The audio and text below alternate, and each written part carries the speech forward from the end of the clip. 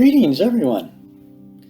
An academic ESL writing instructor whom I was mentoring recently asked me how I dealt with different drafts of essays. She was sure that students needed to write at least 4 or 5 drafts, but she wasn't sure how she should respond to each draft. At some point in the writing process, the amount of time and energy that students and instructors put into an essay outweighs the benefits. If our goal is to help students develop writing skills and to develop writing techniques, writing more than 3 drafts can be overkill. And marking more than 1 draft can be a less than optimal use of time and energy by the instructor. So, how many drafts should ESL students write? The answer is 3 drafts. Here are the 3 draft steps that seem to give students the most skill development. It also allows the instructor to have meaningful input in a time-efficient manner. In step 1, students choose a topic and write an informal list of ideas or kind of an outline, and they give these to the instructor. The instructor simply looks over the list just to make sure the students are on the right track. And the instructor makes some suggestions if necessary. This usually only takes, a minute or 2 of the teacher's time for each paper. Because students may end up changing their topic and the ideas in their outline or list, it's not a good use of the teacher's time and energy to spend more than just a couple minutes just looking over those first outlines. Then the next step is step 2, in which they write the first draft. And after they write their first draft, they turn these into the instructor. And again, the instructor just kind of looks over this first draft just to make sure the students are going in the right direction. He or she does not indicate grammar mistakes, nor does she make suggestions for improving the content yet. In step 3, the instructor introduces and the students practice specific techniques which they can use when they write their second draft. In the notes below, I'll give you some links to handouts to several techniques with exercises that you can use, you can download, and you can use them for free or try them out with your students. So for example, one of the techniques that I'll include is how to improve in a second draft, how to write outstanding first sentences in an essay. So you can use that, and it'll hopefully lead your students to understanding how to use that technique.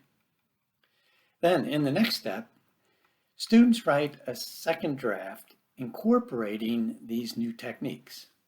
So for example, after having done that exercise about writing a outstanding first sentences, they might want to revise the first sentence of that first draft that they had written.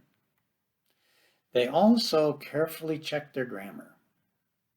And again, the instructor does not read these yet, unless a student has a specific part that they'd like help with.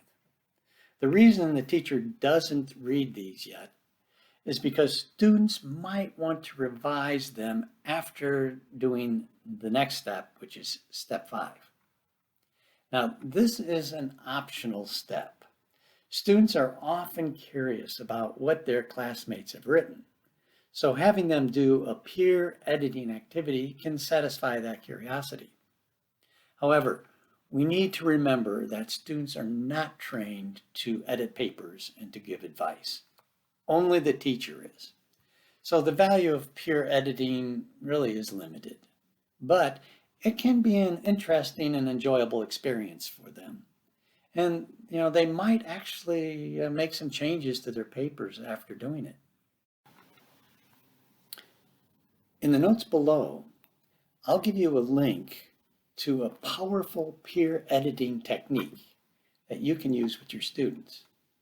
Now, spoiler alert, this is not the traditional way to do peer editing, in which you have students trade papers and then they use a little checklist to evaluate each other's paper. This is a completely different approach. Now we come to step 6.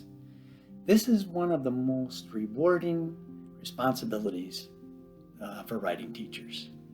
This is when we get to carefully read our students' papers and apply everything we know about teaching writing to lead students to ways that they can improve their final drafts. We don't just edit their papers by correcting mistakes or adding writing in details. Instead, we indicate where there are some grammar mistakes, and we suggest ways to improve the content and organization. And we point out what the student has done well in the paper. The instructor then gives a preliminary grade. Again, in the notes below, I'll include links to a previous YouTube video that I made about effective and time-efficient ways of marking papers. And I'll also give a link to another video about the positive response students have had to this approach. Then we come to the final step. In this, the students write a third draft using the instructor's suggestions for improving grammar and content. They submit this for final grade, and the teacher, again, does not mark the grammar mistakes or suggestions for improving the content.